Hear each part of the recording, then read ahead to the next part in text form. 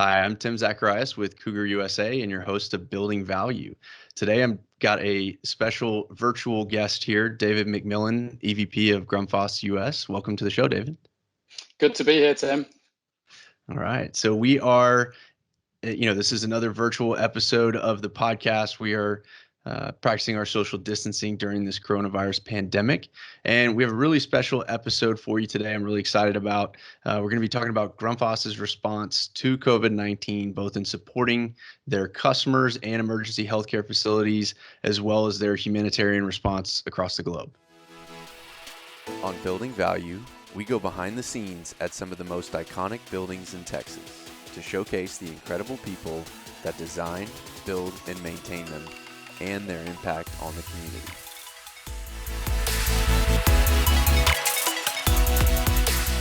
David, I'm really excited to have you on the show today. When I started Building Value, really wanted to be able to showcase the people behind the scenes that make buildings work and the impact that has on the community. And I feel like you're the perfect person to tell that story as it relates to Grundfos over the last few months with the coronavirus pandemic. So, welcome to the show, and happy to have you on today. Good to be here, Tim. Thanks for having me. Awesome.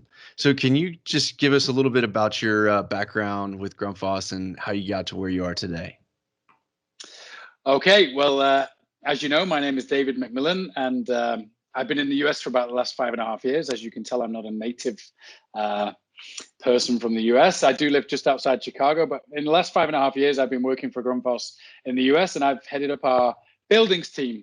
And what we mean by buildings is domestic buildings, houses, apartments, commercial buildings, airports, schools, museums, universities, you name it, big buildings. And I also our OEM team as well. So components, big equipment that go inside buildings. So chillers, boilers, cooling towers. So the last 5.5 years in the US doing that.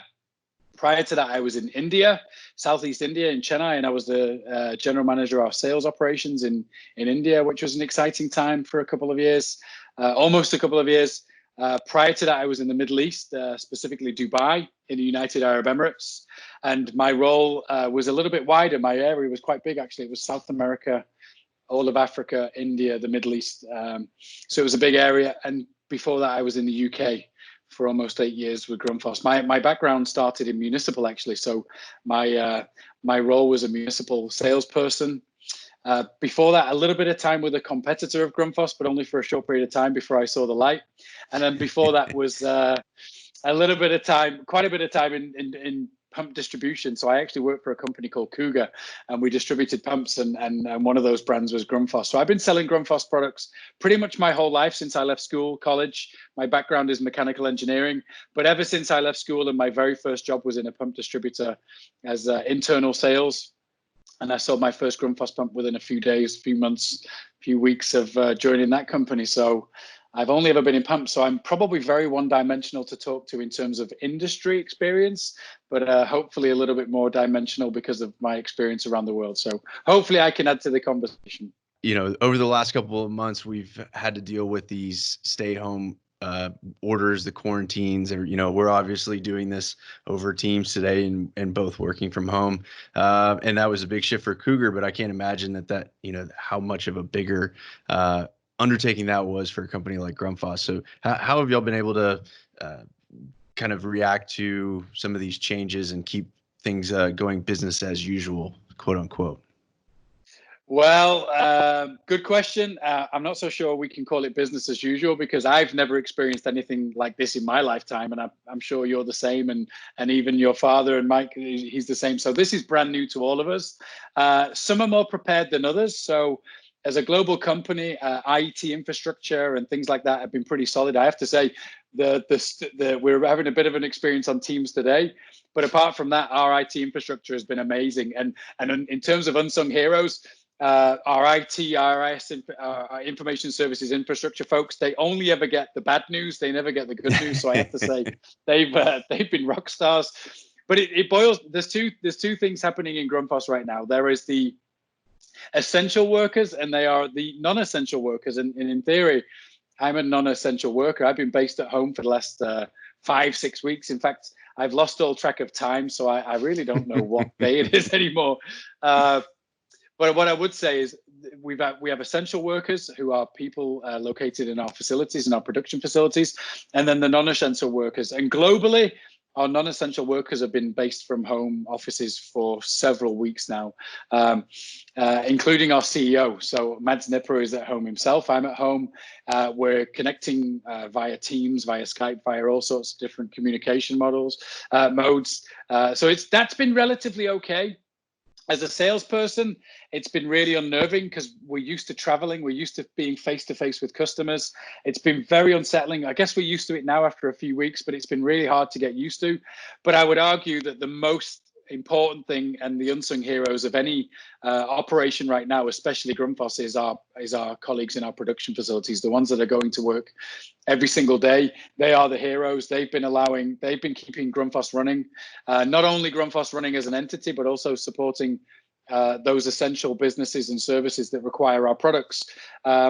So in terms of our operations, we implemented social distancing in our facilities sometime before, not only inside the US, but outside the US as well, sometime before we were mandated to. So our facility in Fresno, California, we actually started social distancing before the Californian authorities told us to do so.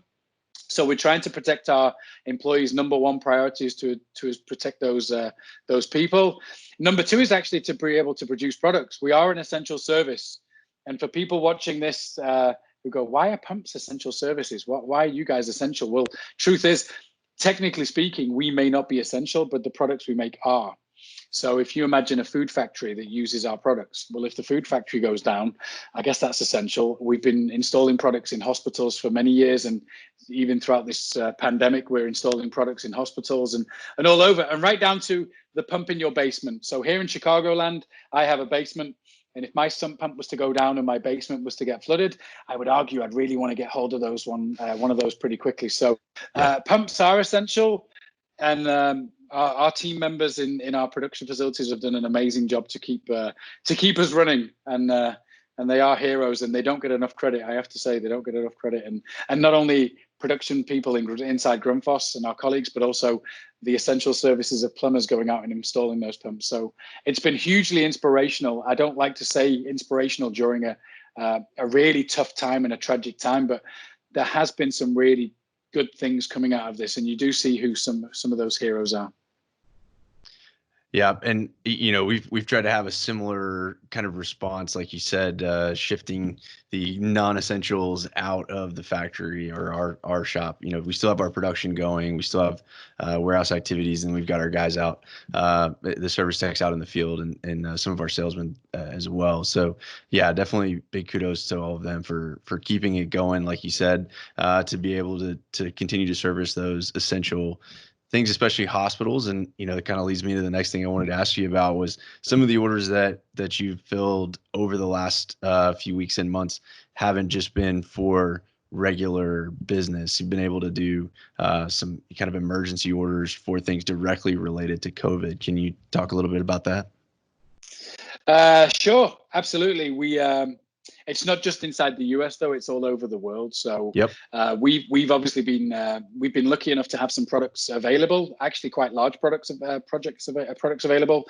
I'm thinking our bigger booster systems, which you know all about, being our partner in the Houston area, shipping them to temporary hospital facilities in the New York area, out of inventory. So it's amazing that these are quite expensive items, and they're straight from inventory. Another example of our sister company in Indiana, Peerless Pumps, sending firefighting pumps to those same hospitals in and around the New York area. So that's one of them. Really good examples of where my birth country, Scotland, particularly Glasgow, really good examples of sending equipment to the temporary facilities in that country and also in Italy. So Grundfos has really stepped up, but I would argue we're not the only company that stepped up. There's a lot of companies that have stepped up and really been able to help. But it's not new to us, Tim. So if you remember, one of the things that we spoke about some time ago was when Hurricane Harvey hit. If you remember, In fact, the Grundfos board was in your warehouse at the time, a few days before. You remember we were planning to send equipment from our facilities all over the country to Houston, and we actually managed to get 27 systems, hydro booster systems for water supply in containers, and we managed to get them on those containers on trucks on the way to Houston. So disaster relief is not new to us. I think we're well geared up for that, but I have to say, we normally aren't part of the disaster, and everyone's part of the disaster now. So it's really unusual to be in a situation where we're trying to do our best, but at the same time, we've got some constraints as well. So we've done a lot, but I would argue quite a lot of others have done a lot as well, including people like yourself and companies like Cougar. Hey, we're happy to play our small role in that big picture that you're describing. And going back to you bring up Harvey like that, it kind of brings back some some nightmares a little bit. Everything that we went through, a few years ago doing that. But it's great to have a partner like Grundfos that is set up for to respond to those situations, to be able to supply those hospitals and all over the world, not just here in the U.S. So really applaud everything that y'all are doing there. And like I said, we're proud to be a partner with Grundfos. So what are some of the other ways that you've been connecting with customers, or still being able to support them during this time? So obviously we physically can't see customers, particularly on the sales cycle. So I'm a salesperson. I may lead a sales team, but ultimately at heart I'm a salesperson, and it's been very unnerving not to be able to physically see customers. So I can imagine there's a lot of salespeople probably with fingernails right down to the bones, because we really do try and get out there and help customers and help people, and it's been hard. So we've done a lot. We're obviously contacting customers online, but we're also doing a lot of training as well. So depending on where you are in the Grundfos world, we have the Grundfos Technical Institute here in the US. We have the Grundfos Academy in Europe, and we're really trying to connect and educate a lot of our customers. They may have some downtime. They may have an opportunity to learn. So we're really doubling down on virtual learning. It's not new to us. We've been doing it a long time, but we've really tried to know that we're here for them. So we've been doing training courses at a more intense pace than we normally do online. And it can be anything from how to read a pump curve, basic pumps 101. And then we've got more advanced courses that we do as well. And a lot of those courses you can even gain some continuing education credits as well. So we've been trying our best to keep people busy, not just in terms of the project work they're doing and the jobs they're doing, but also trying to educate the market as well. But again, nothing new to us. So that really didn't feel as if we had to do a lot to make that. We just intensified the level of activities we were working on.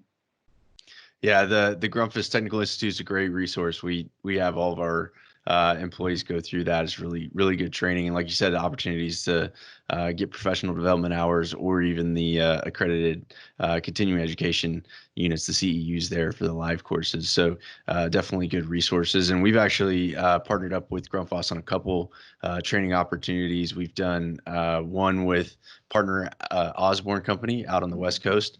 And we did a dual live training where Cougar talked a little bit about just some general and some controls, and then the guys Sherzad and the service techs in the Haywood service center up there, we flipped the screen over to them, and they walked through the Grundfos pit pumps and the SLs, and it was just really cool. And it was almost something that we wouldn't be able to replicate live. So it was kind of what is it? Necessity is the mother of all invention. So it was just kind of this cool new training opportunity that came out of these circumstances. So, and we've continued to do a lot of live training. And last week we actually did it on booster pack and all the booster systems. And Thursday I took apart a CR pump, put it back together, and walked through the CU352 controller and all that. And honestly, it might have worked out better virtually than in person, to be able to kind of see everything that was going on. So it has been interesting to see how the training is evolving through these virtual platforms. So definitely have enjoyed doing that, and it's been a great way to like you said, stay in front of customers, hopefully share a little bit of knowledge with them. So how else have y'all been, obviously we're using Teams now, and I assume that's been the main method of communication for all of y'all internally, trying to stay up to date within Grundfos. Yeah, so small, depending on the size of the meeting, whether or not we do Teams meetings or whether we do recording. So if we're going out to 1,000 or more people, it's very difficult to hold a Teams meeting. So depending on the audience and depending on what you're trying to communicate, really changes. But for my day-to-day meetings, I've lived in Microsoft Teams, and so far so good. This has been the sketchiest and the spottiest. It's probably my internet or your internet, but in general, it's been pretty seamless. In fact, I would argue there's a lot we can learn and there's a lot we can do now. Now we've embraced, and now we've been forced to embrace technology fully. I think we can utilize it a lot more in the future as well. Yeah, I agree. And, it's been a great way for us to communicate with y'all as well, to be able to have these sort of virtual meetings. And we've extended that on to our customers as well. So we're continuing to support them, obviously, in the field when it's needed, but also able to offer a augmented reality kind of remote, like a rescue call kind of app where we can start a video call with them, immediately see what they're seeing, be able to annotate on the screen, things like that. So, other ways that we can offer that in-person kind of support without actually having to travel and be there if they have on-site restrictions, or, it actually can be a even faster response sometimes to go that route. So I definitely think that's going to be something that continues as we go on, is to kind of keep up this virtual interaction with people across long distances, maybe rather than traveling, things like that. But want to definitely talk with you more about that as we get on here. But anything else related to kind of the day-to-day, or anything else that's been going on with Grundfos that you want to share before I jump into the humanitarian side? No, I think like every business, like every individual, this is tough times, and we've never experienced it before. We don't want to experience it again, I have to say. We don't even know when it's going to end. We don't know what it's going to look like when it ends. We don't know if there's going to be phase 2. So we're just hoping and praying for the best, that we come out of this all stronger. We believe that we will come out stronger, but it's a tough time, and for everyone, there's a lot of people stepping up, not just Grundfos and not just our partners. You guys have been doing amazing jobs, not just Cougar, but all of our partners out there supporting. So no, in general, going as well as can be expected during these tough times, I would say. I would agree. And really what I've been looking forward to talking with you today about is all of the other things that Grundfos has been doing over this time. And I think it's just awesome that the company has been able to do some of these things. So can you talk to some of the things that I would say are ways that Grundfos has kind of gone above and beyond the normal day-to-day business to help their communities during coronavirus? We generally in Grundfos, we generally don't talk about it too much. We normally act, and then occasionally the news does travel. But in the world of social media, I think a lot of this is not intended to brag. It's more intended to share and inspire as opposed to brag. So yeah, absolutely. First of all, we talked about the helping healthcare facilities get up and running. That's more on the what we do. But we've been doing a lot of on the helping the first responders and the healthcare professionals in Denmark, for example. This also speaks to some of our prowess around some of our competencies around being able to do things. So we've been making up to 5,000 masks a day, face visors. So not the mask that cover your mouth, but the whole visor, the Perspex clear visor that covers the whole face. We've been working on producing roughly 5,000 of those per day for the last 2 or 3 weeks. And if you look at where we started, what happened was we used our 3D printing technology and our design competencies to rapid prototype the components needed to build these visors. So that was one step, but that couldn't make 5,000 a day. 3D printing is not at the level where you can make mass produced at the moment, at least not inside Grundfos, and it'll be a long while until we get there. So then we went from 3D printing the visor to then changing some tooling on our composite on our injection molding machines to be able to mass produce these items. So within a space of just a handful of days, we went from injection molding machines making components for our products to making 5,000 visors a day. And that was number one to help our colleagues, healthcare professionals in Denmark. But since that's happened, we're actually getting those visors out to other countries in Europe at the moment and helping as best we can. The latest I heard was France.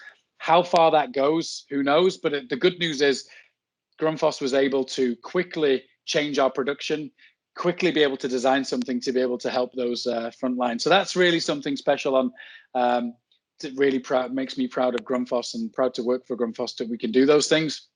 Another story from India, my colleagues in India, this is nothing about technology. It's just people helping people. A really nice story I saw on LinkedIn and I was speaking to some colleagues about. We served 1,000 meal kits to migrant workers and the underprivileged in and around our facility in Chennai, which was really inspiring because I've lived in India and the poor really do suffer, and they really do suffer when times like this happen. It tends to hurt the most poor and the people closer to the poverty line than it does further in society. So to be able for my colleagues in India to serve selflessly 1,000 food kits to those people was really inspiring. And that was something that wasn't driven by Grundfos corporately. It was driven by colleagues in Grundfos that just wanted to help. And then we've heard other stories around. Our company is owned by the Paul D. Jensen Foundation. So before our founder passed away, the company in the mid to late 70s, he put the company into a foundation. And a lot of that foundation, 85% of the company is owned, roughly 85 is owned by the foundation. And the foundation is there not only to ensure the long-term future of Grundfos, but it's there to make sure we help others in need. And we've got two main areas that we like to help people in the world. Three really, but two in terms of what we like to do. And it's all around water and climate. So our foundation, which normally spends tens of millions of dollars a year on charitable philanthropy around water and energy, this year, our budget, just to give you in some insights, was 125 million Danish kroner, DKK. And as soon as the COVID pandemic hit, that was increased by 75 million, roughly about $11 million.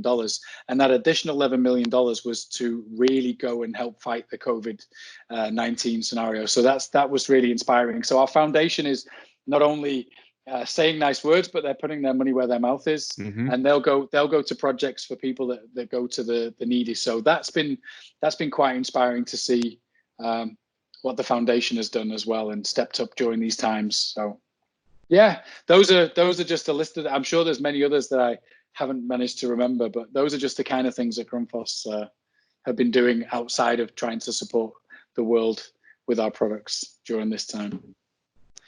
And I love two-part, both the technical side of that, where you talked about the factory being and the design team being agile and being able to quickly adjust to, coming up with a new design, 3D printing it, and then retooling injection molding to be able to mass produce them in a short amount of time. There's a lot of times when you get into companies get larger, they get less and less agile or being able to react to those. So it's great to hear that Grundfos is still able to do that at such a large scale and to have, that strong value system that, the people on their own decided to act in their community and to share those meals is inspiring to hear. So I appreciate you sharing with us. I know you don't want to brag and don't want you to feel like you're bragging here. So definitely appreciate you sharing those with us. So no, go ahead. No, I think it's, but I also have to point out the number of companies stepping up right now. It's not just Grundfos. So some of the inspiration I've seen is the companies and the individuals stepping up during this time of need has been really excellent. So it isn't just us. So you talk about bragging, but I think there's a lot of companies that can be proud of what they've been doing in the last few weeks and months. Mm-hmm. We probably wouldn't have. It'd be better if this didn't happen, but the fact that this is happening and a lot of people and companies are stepping up is quite inspiring. Yeah, I agree. I mean, obviously, our hearts go out for those that are that have not been as lucky to be healthy during this pandemic, and maybe have family members or friends who have suffered through this.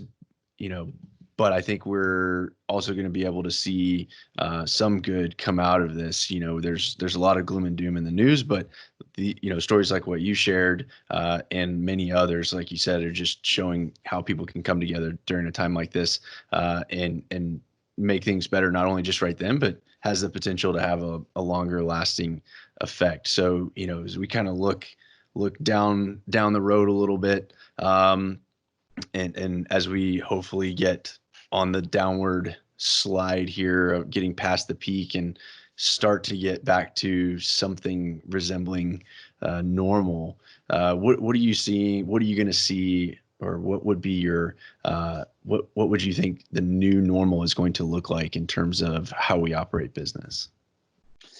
Well, I hope we go back to business. I hope we get back to work as soon as possible. So that is my hopeful and my aim. But during this, there's been a lot of time for us all to reflect. And I've been reflecting a lot on this personally, not only in my personal life, but obviously in my professional life as well. And at the end of it, some good has to come from this. I don't think any of us have enjoyed sitting at home or watching people. So no one has enjoyed this experience, not only personally, but to see what the world is going through and those people that are really suffering. It's a really horrible experience. So I am a firm believer that sometimes, and it's not particular, I'll be careful what I say because I don't mean it in that way, but sometimes the best innovation comes from times of crisis and you can see that during a lot of major global crises around the world. Take World War II, for example, where if you look at the innovation around technology and what came out of World War II, there's some good can come from bad situations. So I hope that the new normal means that we do use technology. Take your relationship with Grundfos, for example. I've been to your facility physically several times. And while I've always enjoyed those experiences, perhaps a partnership relation like ours doesn't need so many face-to-face meetings in the future. And that's one from a technology standpoint, it's a no-brainer.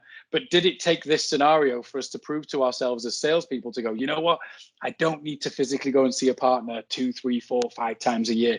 Actually, most of that can be done via online. And as salespeople, we get a little bit scared about that because we don't want to become irrelevant.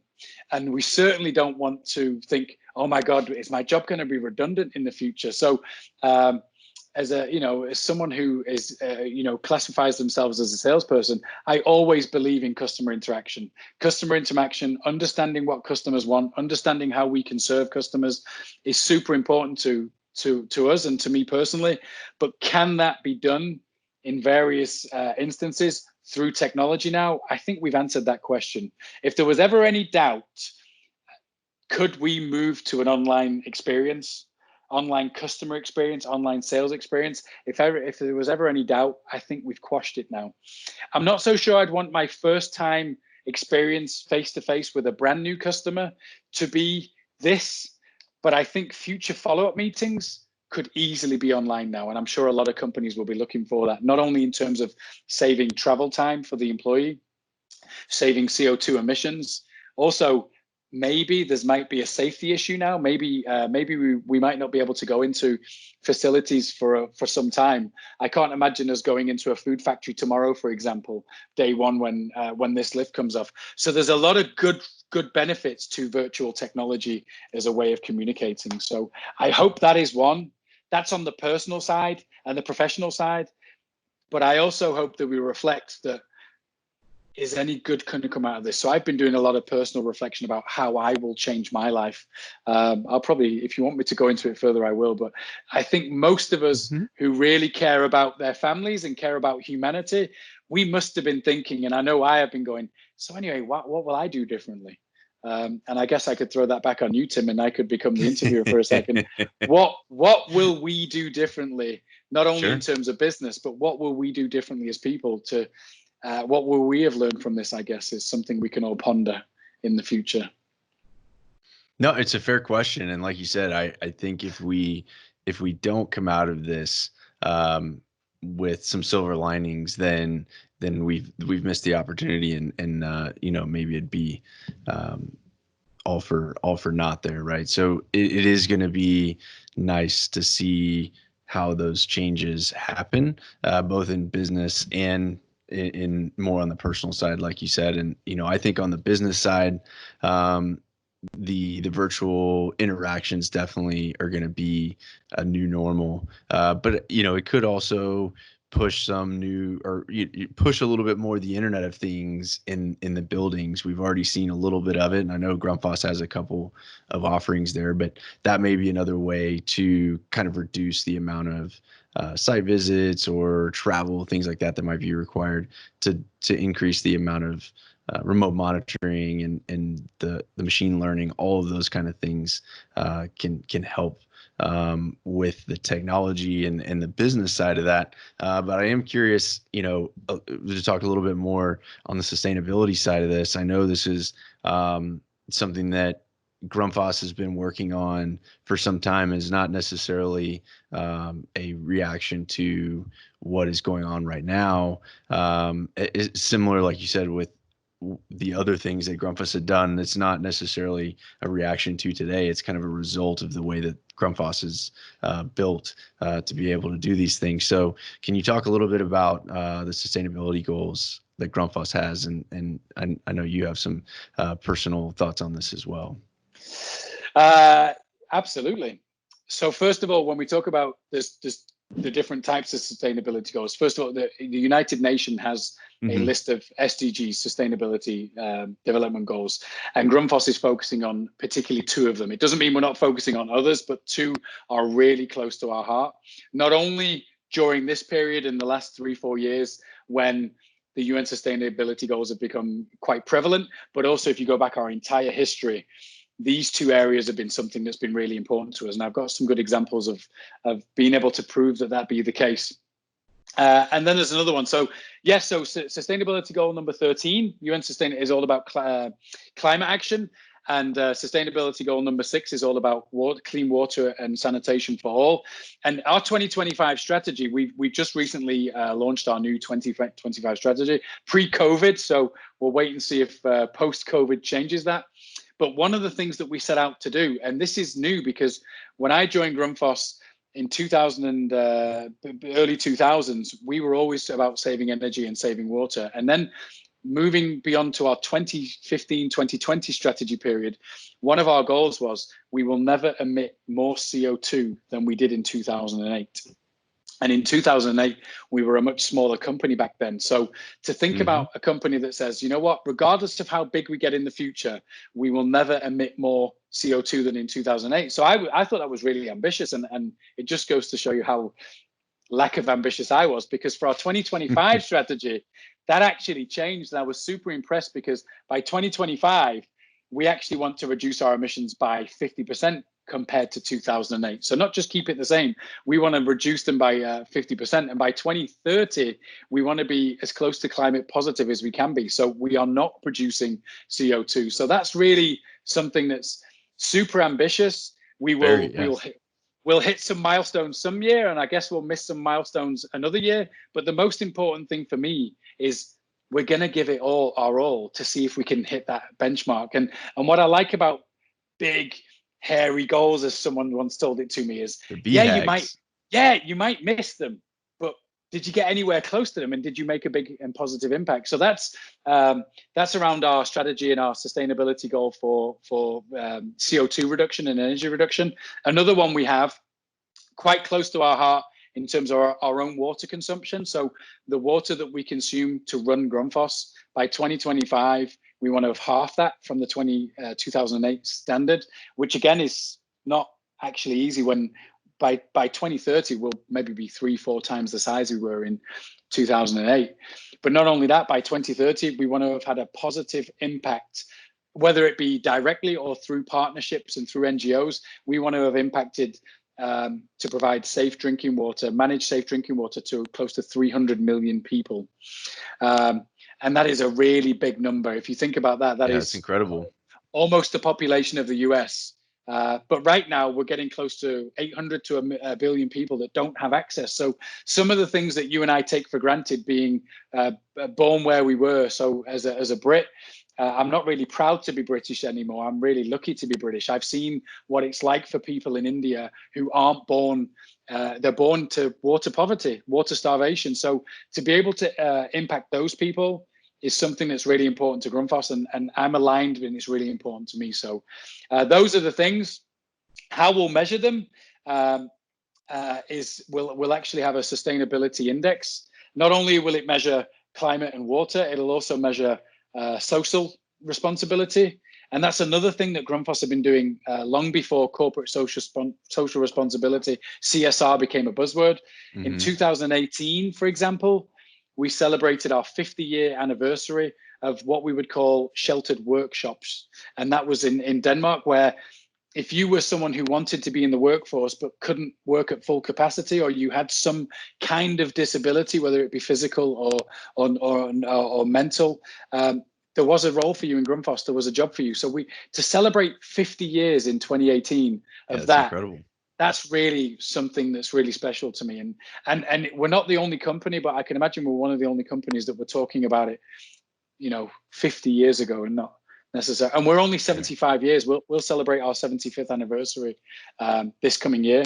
And to think about 2/3 of our life as Grundfos has actually been in doing social programs as like that. So our sustainability index will measure those three things. I'm not so sure we're the first company in the world to do that, but I think we're one of the first companies to say it's a triple bottom line. Yes, we're going to measure our revenue. Yes, we're going to measure our profit, but we're also going to measure our impact on society, and we're going to hold ourselves accountable, and our executives will be incentivized on those things. They won't just be incentivized on the numbers. Again, it means hopefully we'll have a positive impact. Were those some of the things you were looking for? I don't know if I went off on a tangent. No, that's perfect. And I think the conscious capitalism movement is definitely picking up steam. And I would say Grundfos is one of the big examples of how a company can be good at what it does. Like you said, producing great products, supporting customers, and then also have that positive impact on the community with everything that you're doing with the water crisis. And we've had a chance to play a very small part in that with the Walk for Water campaigns here in Houston. Those are really great events. I learned a lot doing those, and actually even got my son Mikey to come along and take the trip with us. And so it was a really, really cool way to kind of share with him, how, like you said, how we're so lucky to grow up with some of these things and that others across the world are not, and then to kind of give back and help with some of those massive efforts was really cool. So it's a BHAG, like you said, a big, hairy, audacious goal to get to some of those things. But based on everything Grundfos has done so far, I think y'all are probably well on the way. So it's good to hear that. And like I said, proud to be a partner with Grundfos with everything that you're doing.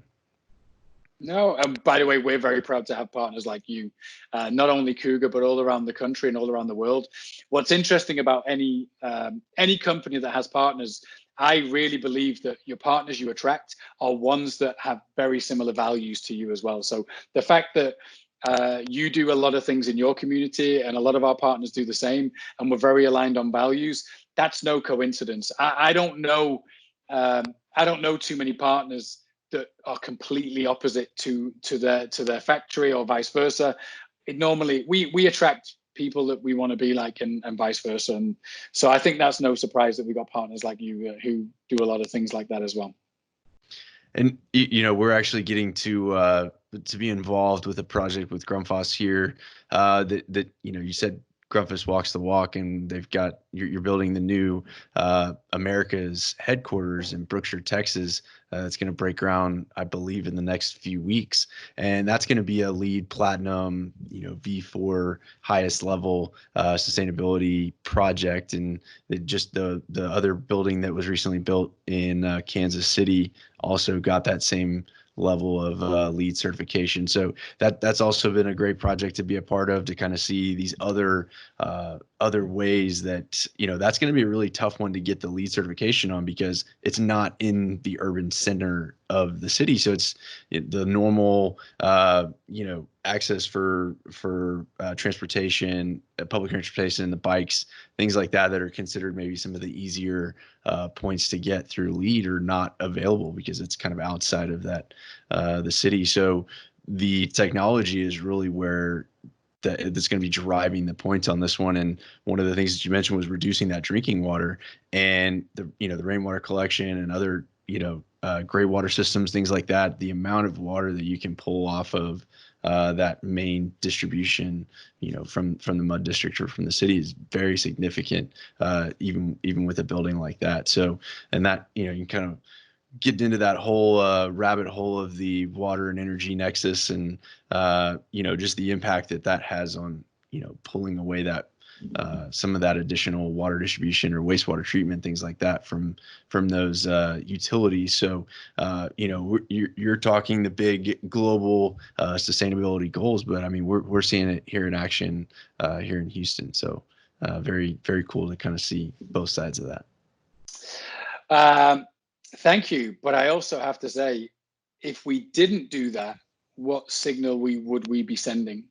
So if we want to make these big, audacious goals, and then not live by that example and not take our own medicine. So to actually have a LEED building, but there's two reasons. One, it's a chance to walk the walk. But two, it's a chance to bring customers to our brand new facility and show them what best in class looks like as well. So there is a good motive, but I would tend to say, if you're going to be out there with any subject, it doesn't matter what you are in any walk of life, you've got to be able to walk that walk. You can't say one thing and do another. So for me, going for LEED, regardless of where it is, regardless if it's inside a metro or outside a metro or outside more towards a rural community, you've got to give it your best shot. Otherwise, your messaging around, or certainly Grundfos is messaging around what we want to try and achieve from a water and energy standpoint, just doesn't hold tight. It doesn't hold water, pardon the pun. So it's good because we're living our values and we're backing it up by actually showing people that we don't mind. And that tends to cost money. But one of the things that we like to say, especially when not only are we doing it for ourselves, but when we make the sales pitches to engineering houses and engineers and contractors and end users and facility managers, is there is a payback. You spend a little bit more now, but actually this equipment and how you operate it will easily pay for itself in the future because we're using the latest and greatest technology, and it will have a payback. So I see it as an investment, but I also see it as a way of walking the walk as well. I completely agree. And I think there's, definitely in most situations going to be that win-win where you have the better equipment, the more energy savings or water saving equipment. You're going to have better performance to the building, whether it's the pressure boosting or comfort, heating and cooling, things like that. Better operation of the building, as well as saving money in operating the business. So I think that the more that we move towards these sustainable designs on the buildings, that it's going to be a winning situation all across the board. I know we've talked a lot about Grundfos and Cougar and everything that is going around there with the sustainability index and the sustainability goals. What about you personally? You said you've done a little bit of reflection during this time, and I know this is a subject of passion for you. So can you share your thoughts on everything related to the climate and everything, where we'd like to kind of see this go from where we are today? Yeah. So first of all, I have to say, you don't throw stones in glass houses. So where I come from, I have been someone who has not really considered. So in my past, I've been someone who hasn't really considered my impact on climate. The car I drive, my lifestyle, the number of flights I take, and that doesn't mean I'm not reflecting on anyone else. That's just pure me looking in the mirror now. And one of the things that I have been really reflecting, not just during COVID, maybe it's allowed me some more time to reflect, more alone time. But one of the things I'm reflecting on is I do believe in climate change. Not only do I believe in climate change, I believe in man-made climate change. And But that doesn't mean if you don't believe in climate change, it doesn't make you a bad person. But because I believe in climate change doesn't make me a bad person either. So what I'd really like to do is I'd like for sustainability. So for me personally, I've been reflecting on, instead of talking about climate change, talk about sustainability. Because sustainability, I think everyone wants to live a sustainable life. I would like a sustainable paycheck. I know most people in the world would like a sustainable paycheck. I would like a sustainable future for my children. I'm sure most people would like a sustainable future for their children. So some of the things I've been reflecting on is, what can I do to maybe impact my footprint on the environment, on society, but maybe have a better benefit for future generations as well. And one of the things that, I don't know if I came up with it, but I've been talking about it a while, is when we talk about the planet, is the planet here to serve us, or are we here to serve the planet? And, I'm pretty sure, especially COVID can probably confirm it. I don't want to use COVID statistics now. We'll use them in the future after this is all gone. But we've not been traveling, or we've not been consuming energy anywhere near the same degree. And if you look at nitrogen dioxide levels, if you look at CO2 levels, if you look at air quality, I think this pandemic will show that this lack of traveling and this downtime, which we can't do forever, let's just be honest. But as a science experiment goes, it has proven to us that the air quality's got better. Nitrogen levels have dropped, dioxide levels have dropped, CO2 has dropped. What are we going to do about that? Are we going to do something about it and say, well, would we like clean air for our kids? Are we here to pass our kids? So for me, we're borrowing the planet from our children. We're not inheriting the planet, and I don't know where that statement comes from, but we're not inheriting this planet from the past. We're borrowing this planet from our children. And so for me, I've really reflected on, how do I become a better, global citizen? So first of all, as well as I do, I'm a car guy. I'm a self-confessed petrol head. And for many, many years, more so when I was younger, when I cared about maybe driving a bit too fast and maybe not observing the speed limit, but I'm gonna plead the Fifth Amendment from now on, what I say. But I've not converted to an electric car yet, but I'm a believer now. 5 years ago, I probably would have said, no, those electric cars. And then I probably would have come up with all the reasons why electric cars aren't that good for the environment, and you shouldn't be using them because of, cobalt mining and, the whole charging for half an hour or 1 hour. But if I look now, and if I look at electric car technology and go, well, hang on a minute, the internal combustion engine is over 100 years into development. And it's fantastic. What we now do, if you look at the thermal efficiency of the internal combustion engine, we're, roughly 50%, 45, 50%. And that's amazing. But what will electric car technology look like in 100 years from now? And should we go for it? So for me, I've really started to come on to, how do I reduce my footprint? But again, it doesn't make you a bad person if you're not there on the journey. It doesn't make you a bad person if you never go on the journey. But I think if enough of us think about it, I would really like to lower my CO2. But at the same time, being quite selfish, I want to give my kids a great life. I want them to see the world. I want them to see the things that I've seen. I want to go traveling with them. So I also don't want to be a hypocrite as well. I don't want to go back to the Stone Age where we don't go traveling. It is important for our kids to see the world, because they'll become better people for it as well. Mm-hmm. So those are some of the things that I think I've reflected on personally. I'd like to lose some weight as well, because coronavirus has actually not helped me one bit with my weight problems. So not being mobile and maybe going to the fridge a bit too many times during the day. So some personal reflections on fitness goals. But I think I think most of us have had this time to reflect. And I guess, what have you been thinking about, Tim? What have you been thinking along the same lines? Oh man, I could definitely sympathize with the Corona 15, the COVID 15 that I've added on over here. We just got bikes though, which has been great. I've been riding around the neighborhood with everyone else. But I agree. I think we're in a situation where, if you look longer term, sustainability is going to be, I think, more top of mind, and definitely something that, we used to, when we were growing up, we had that, I don't know if this was a thing in the UK where you go over to the whole think global, act local was kind of the campaign. You know, we just passed Earth Day, and that was always kind of reflecting back and thinking about some of the things that that we learned growing up. And I think the kids that are growing up now are going to learn a lot more about the environment and sustainability than we did, and hopefully we can all kind of work towards a more sustainable life, like you said. But that doesn't excuse us older people, and I'll use myself. That doesn't excuse us to not, once we've saw the light on anything, it doesn't matter what you become enlightened to, but if you feel strongly about something, you shouldn't be excused for the next generation will get it. So for me, because I want to be a good example to my kids, and again, it's how you lead your life. So that's important. But you're right. I must admit, my 5-year-old came home from the nursery once, and we were brushing her teeth, and I accidentally, and I've been using I've had this ritual for many, many years. I always turn the faucet off. Where I come from, we would call it a tap, but I always turn the faucet off when I'm brushing the teeth, because Grundfos, I don't know, 15 years ago, quoted a fact that if you run the faucet while you're brushing your teeth, you'll lose X number of 1,000 gallons a year.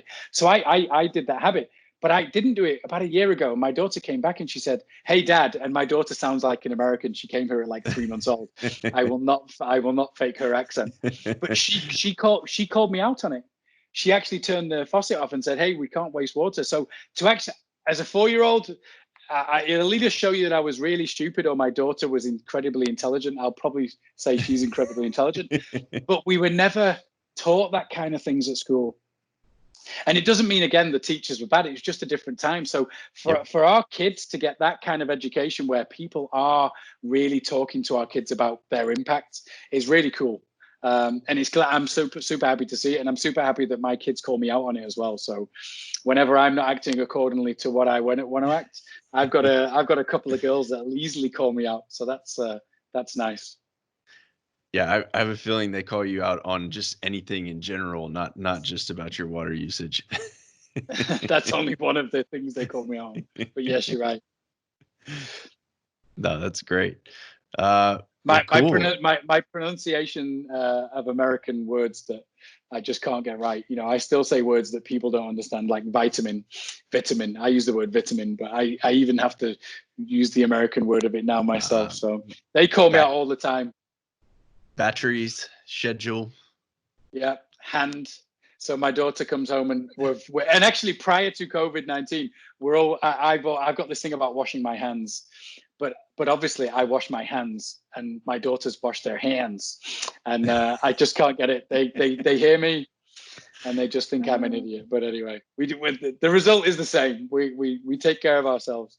But but it's great to see them grow up. It's great to see, but it's also great to see them grow up and be much more socially conscious at that age as well than I think I was and my generation was. But again, it doesn't make my generation bad people. I think it just shows what a good education and what showing people from a very early age can have an impact on their lives and how they go about how they behave in the future. So that's pretty cool. Yeah. But we could go off on a philosophical debate about that all day, and then people will go, "Oh my God, who's this guy?" But it's not. But I don't try to do it in a judgmental way.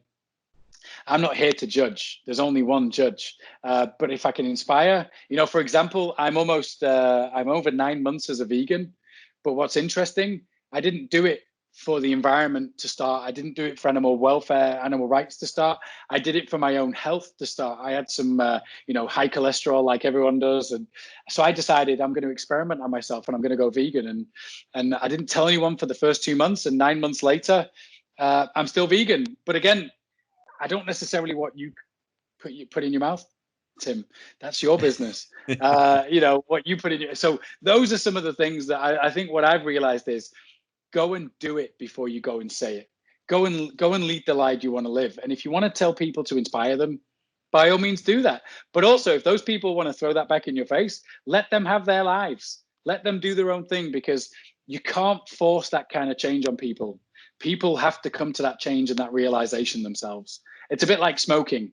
30, 40 years ago, trying to get people to quit smoking because of the science. How many naysayers around the science of smoking were there? And now I think most people, 99% of people would say, yes, smoking is bad for you. I believe that one day in the future, most people will look back on the climate change argument and most people will say, yeah, there was a few people that were a bit late on the bus, but we all finally got there. We all finally understood that we have an impact on the planet. But again, people, different strokes, different folks, people get to those conclusions earlier. People got to their conclusion about the climate long before I was born, never mind my age group now. And people know about the climate later than I will, but as we're on a journey and our journeys are individual to us. So I guess that's some of the reflections as well. Hey, but if everybody had that attitude about everything, I think we'd all be a lot better off. So, especially maybe you could preach that to everybody that's in Washington, D.C. and kind of clean that up a little bit. Oh no, I'm going nowhere near politics because trust me, I'm my very own work in progress. So I am not going to preach at people because I got to be honest with you.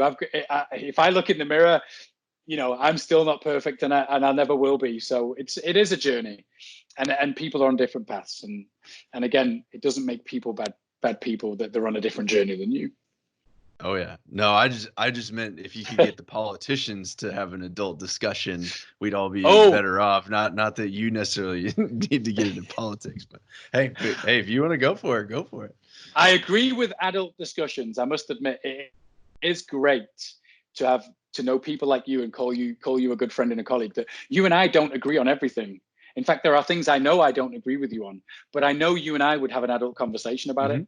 And I know you and I would listen to your view and I'd learn something from it.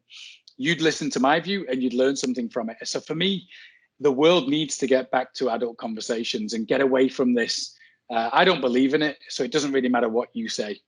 And that can be anything. Of course, Right now we're in a very politically charged environment, and I'm definitely not going down politics. But that can be around climate. That can be around so many issues where you just take a view, and that's your view for life. I've never been like that. I've changed my view on several things. Like I say, I became a vegan at 41 years old. So I didn't learn that in school or college or with my friend group. In fact, most of my friend group think I'm crazy, but I'm okay to be the crazy one. But I'm okay to go to a burger joint and they'll have burgers and I'll eat fries and I'll have a beer with them. You know what I mean? So I'm okay to be that guy. I'm okay to be a vegan in a burger joint. Fine by me, because I care about my friends. Yeah, you got the Impossible Burger now. I mean, there's a lot of choices. There's becoming more choices now. So I'll continue to try and be the non-hypocrite. I'll continue to try and inspire, but I'll continue to be. I'm not going to rub it in anyone's face what I do. I'll try and inspire you. I'll try and tell you why I feel it's good for me. But likewise with my eating habits or with what I see about the climate, how I see electric vehicles and stuff like that. But if you can throw it back in my face, I won't be offended. If you don't agree with my opinion. And in fact, but tell me why you don't, because make me learn Defend something. It, yeah. And make me learn something. Tell me why you don't, because I'll learn something and I'll become better for having the dialogue with you. So I fully agree on these adult conversations that we need to have more of them on multiple subjects, not just on climate. Yep. Yeah, completely agree. So, we've touched on a little bit of everything today. And it's been a great conversation. Is there anything else before we kind of wrap this up? Anything else that we haven't talked about that you'd want to hit on? No, just thank you for all you do, our partners. I think another shout out, not just to the people behind the scenes, is those skilled trades. Not just the people that are producing products inside factories, but the ones that go to the facilities. So, my big thing around the skilled trades is, we're losing way more skilled trades now. More skilled trades are retiring now than we're replenishing. And for me, that's a big concern, because economically, how can you grow an economy when the skilled trades are disappearing, at a very fast rate? So for me, a big shout out to the skilled trades, not just the plumbers, not just I think in the blurry background, someone's just opened that door, but not just in the skilled trades of plumbers, but electricians, carpenters, you name it, people that go. And we have to be careful, because for many years, including my own country, my home country, is you've got to go to college, you've got to get a 4-year degree. That's the thing you got to do. And I'm not so sure that's right for everyone. I'm not so sure everyone's path is an academic one. So, not just talk about how much we need the skilled trades, but also from an education standpoint, should we really be putting our kids into 4-year degrees, or should we be getting some of them? The kids that build Lego sets with their eyes closed, they sound like someone that could do a great job in the skilled trades, and they sound like someone that could earn quite good money in the skilled trades. So that's something I think maybe that's for another podcast, and maybe that's for another call. But I do think some of those appreciation we have to get out there and push a little bit. David, really enjoyed the conversation today. We've touched on a lot of different topics, related to COVID and just kind of life in general. But any final thoughts before we sign off today? I think we've covered a lot of topics, and this could go off into many different tangents. But one of the things for COVID-19, I talked about the unsung heroes inside Grundfos and a lot of places like Grundfos that are doing great jobs.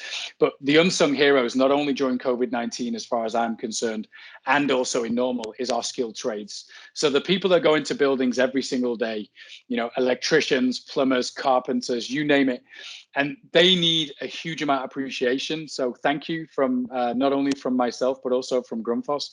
But that also gets me onto the topic of we've got to do something about the skilled trades. And that goes all the way back to college and 4-year degrees, because right now we're losing way more skilled trades due to retirement than we are replenishing those skilled trades. So if I look at further down the line, if you look 10, 15, 20 years down the line, will we have enough skilled trades in this country, or in any country for that matter, to be able to sustain our economy? So I think it's something that really needs to get on the agenda. I know it's getting on the agenda, but we need to do something. So for example, should every kid go to college and get a 4-year degree, or should we actually really, and the stigma of not going to college, and I'll talk about my home country because I never like to point fingers at other countries, but let's take my home country, the UK, for example. The stigma of not going to college and working with your hands, it's becoming a thing, and it shouldn't become a thing, because the skilled trades are equally as important. And actually, if COVID-19 shows you anything, they're not the ones at home right now. I'm the one at home.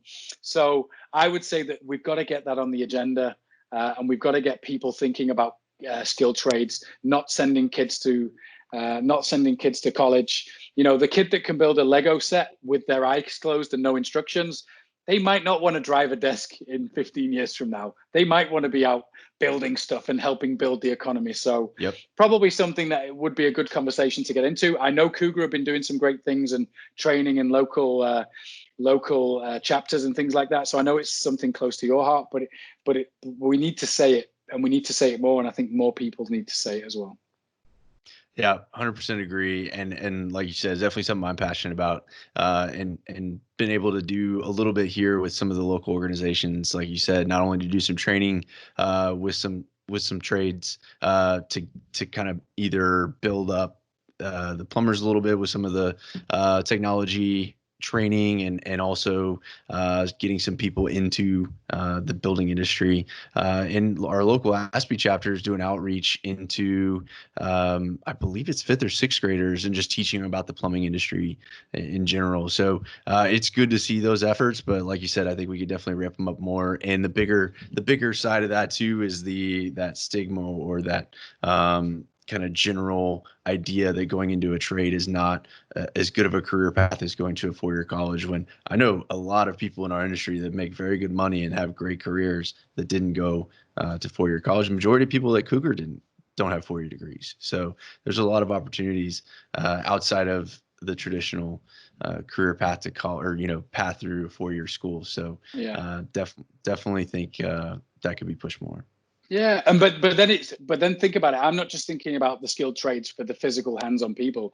If you look at most plumbing firms or electrical firms, how many of those plumbing firms were born out of a plumber, learning a skill, having some leadership skills, having some good conversation, dynamic personality, and building a business and being an entrepreneur. So I'm not just thinking about building the skilled trades because we need skilled trades. But I think some of the most entrepreneurial people I've ever met in my life in those spaces started doing the trade and built Sure. their way up. So for me, it's all about the entrepreneurialism around it as well.